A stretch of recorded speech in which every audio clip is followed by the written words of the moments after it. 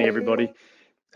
Please, if you're going to consider investment in core potash following this presentation, I'd encourage you to read the information on this slide and let's move forward. Core potash is en route to rapidly becoming the lowest cost producer of potash to feed into African and South American markets. We have a strategic location, the center of the west coast of Africa, in the Republic of the Congo, and a very large set of potash deposits situated roughly 12 kilometers from the coast and in a great position to feed into the growing markets for fertilizer in Africa and South America. We have a project that we see as the starter project for the development of our potash basin that is called DX. We released pre-feasibility study results at the tail end of last week after some 12 months of work on the pre-feasibility study. And this project has a very attractive return on what is a very low capital cost for a potash project of $286 million. I'll show you some information through this presentation to hopefully convince you that this will be one of the lowest cost projects in the world in terms of cost of production of potash and delivery of that potash to ports. And potash is a key nutrient in agriculture and a key nutrient required for really all food crops. So let's move on to what is potash, and I'm happy to take more questions about potash later on, but in short, potash provides potassium, one of three key nutrients required in agriculture. Potash is a term that's used for almost all fertilizers that contain potassium, and the most common type of potash in use is called muriate of potash, or MOP, and that is the product that core potash will produce from its projects in the Congo. It's a critical nutrient because it really goes to the quality, all of the quality factors and yields for food crops. Part of the reason that we need potash is that the population in the world is growing, and we have amount of land available, arable land available, shrinking. So if we're going to maintain yields or grow net yield to feed the growing population, the amount of potash that we use in each year grows. And that's been borne out in the statistics. The potash demand grows 2 to 3% per annum every year. It's interesting. Farmers are able to skip a season on occasion and not apply potassium, but it has immediate impact. That lack of application has immediate impact, and there's almost always a catch-up. So potash demand continues to grow. There are multiple sources of potash, and particularly for those of us in the UK, we've heard a lot about things like polyhalite and sulfate of potash. The dominant source of potassium in agriculture is muriate of potash, the product that core will produce. That represents some 93% of the potash market globally. And this is not a small market. There are some nearly 65 million tons of potash traded globally in 2019. And Core's first project will produce 400,000 tons per annum. So our first annual production will be roughly 0.6% of global demand, and it's a portion of annual demand growth in this industry. And that's important. The existing industry and supply of potash is dominated by 4 large companies. They're all in the Northern Hemisphere, and they actively dissuade new entrants into the potash space. In our case, we're small, very low cost, and we're not acting to disrupt the industry at all. In fact, our demand will easily be absorbed in the existing market. So our supply will be easily absorbed in the existing market. Potash is often in the press, and there are 2 large projects in particular that you've probably heard of. One is the BHP Jansen project in Canada, which is a very large underground mine and ultimate capital costs of over $5 billion. That will produce MOP if it comes online. And then Anglo American recently purchased the Sirius Minerals project in the United Kingdom. Also very deep underground mine. That project will produce a different product called polyhalite, and again, probable total costs in excess of $4 billion to develop that project. So where are we? Core projects in the Sintoukola Basin are situated roughly 80 kilometres north of the large city of Pointe-Noire on the coastline of the Republic of Congo. And please don't confuse the Republic of the Congo with the DRC. The Republic of the Congo has a small population, 5 million people, a petroleum, an economy that's based on petroleum products, oil and natural gas, as a port at Pointe-Noire, and the capital is Brazzaville, and was a former French colony. So our projects are located roughly 80 kilometres north of the existing port and international airport at Pointe-Noire. And this is a very accessible country. You can fly directly into Pointe-Noire from multiple European and African capitals.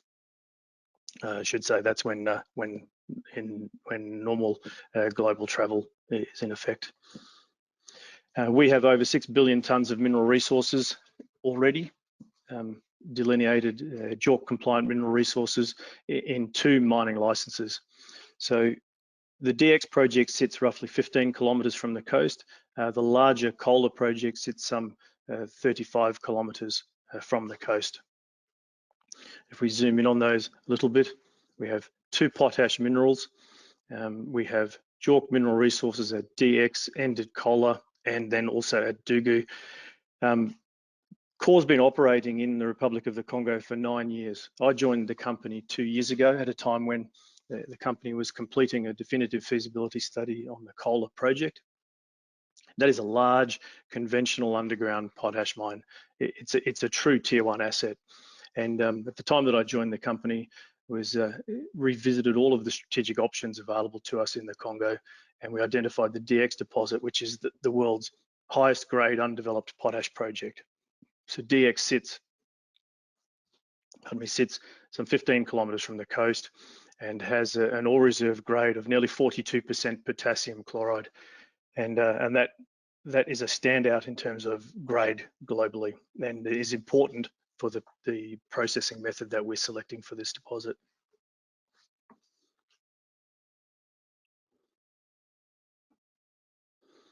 Our location is a very important part of our investment case. Core will be targeting sales into South America and our African countries close to us. African demand is small at the moment. African demand for fertilizer, African demand for potash, relatively small, but growing along with the growing population and increasing farmers' access to fertilizer. Interestingly, Nigeria, still relatively modest fertilizer demand. There's been recent investment by Dangote in a urea plant in Nigeria, and they are now seeking some 400,000 tonnes per annum of potassium so that they can blend fertilizer to feed the growing Nigerian population. That population's modelled to become the 4th largest population in the world within the next 10 years. So African farmers traditionally have not had easy access to fertilizers. Yields are relatively low and the population is growing dramatically. Brazil is a very large market for MOP, nearly 12 million tonnes out of a global demand of 64 million tonnes, and is a very short shipping distance across the Atlantic Ocean from our project. You might appreciate, I'll use Canada as an example. Most potash produced in Canada travels more than 1,000 kilometres by rail to a port in Vancouver, and if it's going to be sold into Southern Hemisphere markets, then travels from Vancouver down into Southern Hemisphere markets like Brazil. So very long land transport and very long shipping distances to get to market. Our projects are located 80 kilometres from an existing port and a very short shipping distance to our target markets. We already have a competitive advantage because of that short transport distance, and as the global economy improves and the costs of shipping go up, our competitive advantage as a result of our transport distance grows considerably. On top of that, our project has extremely low operating costs. I'll pull two numbers out of this slide that are really important. One is our operating costs at the mine gate are only $65 per tonne, and we can deliver our product to the shipping point at Point Noir, so the FOB Point Noir cost of just under $87 per tonne. DX project, the pre-feasibility results were released a few days ago. This has turned out to be a very exciting project for us. We started investigating DX as a sensible scale capital cost starter project for us in the Sintoukola basin, and it's really developed into a very, very exciting project now. So we're planning 400,000 tonnes per annum of MOP production over an initial life of 18 years. That 18 years is based on less than a quarter of the mineral resources available to us at DX. So as we progress to the next phase, which is definitive feasibility study, we will explore possibilities to extend that mine life considerably. We have very modest capital cost of $286 million, and I'll show you some comparative numbers in a minute to help you understand how modest that truly is. We pay back our capital rapidly in roughly 4 years, and deliver an internal rate of return of nearly 23%. Now, the low capital cost plus a very short construction period of 21 months makes this project considerably easier to finance than the large Kola project, and is very attractive to financiers. Just going to move down. We have a lot of information published now on DX with our pre-feasibility release. There's some 80 pages of information released last week, and that information is available through the stock exchange and through our website. So I don't intend to go through all of the detail of that today. One other number that I've not called out there is that this project is modeled to produce $95 million a year post-tax free cash. Now, why should this project be built? DX Deposits has the highest grade in the world in terms of potash projects. You can see on that top graph. There are other companies, other groups, particularly in Canada, that have very high grade projects. Those projects are very deep. At DX, our mineral resources are some 450 meters deep, compared to over 1,000 meters in Canada. So there are other companies that have potash projects that are relatively shallow. They tend to have very low grades. We're the only company that has the combination of very high grade, very high quality potash and very shallow depth. And then in terms of capital cost, on that graph, you can see the Sirius project, you see the BHP project, multi-billion-dollar projects. And just by way of comparison, the Kola project, which is comparable in terms of overall scale, is probably half the capital cost of BHP. And then the DX project that we're focused on as our first development project is the cheapest capital cost in that slide. So Highfield is in Spain, Emerson in Morocco, and Danakali is in Eritrea. So very cheap startup capital compared to the rest of the potash industry. Sorry, I'm just having trouble with my computer here. Then in terms of our costs, I told you that $87 per tonne FOB Point Noir was very cheap, and in comparison to BHP, which is the next cheapest in the MOP space for us, BHP will be $100 per tonne for the Jansen project delivered to the port in Vancouver. So once they get it to Vancouver, to compete in our target markets, they have to ship from Vancouver all the way down into African markets or to Brazil, and we have a much shorter ship. So in every circumstance, we will be cheaper delivered to customer. And the bottom graph there with the relative size of the bubbles indicates scale of production. And you can see that we're very cheap. Even at a small scale, we're very cheap. As we increase our scale later on, we will become cheaper in terms of our production costs. And our initial scale is certainly not disruptive in the marketplace at all. The technology that we're using is standard potash industry solution mining technology. So we will pump salty water underground, dissolve the potash, so we'll heat it on surface, pump hot salty water underground, back to surface, cool it, and precipitate out the potash. We don't have a tailings dam, we don't use chemicals, we only use hot salty water, and we have energy in terms of gas and electricity available to us from gas suppliers in the Congo, which has a large petroleum industry. So we have processed gas and gas-fired electricity available to us. What we end up with in this process is a series of drill holes down and circular shaped caverns that form some 400 meters underground, and we pump hot salty water down the hole and then back up a pipe in that same hole to surface. So next steps for us.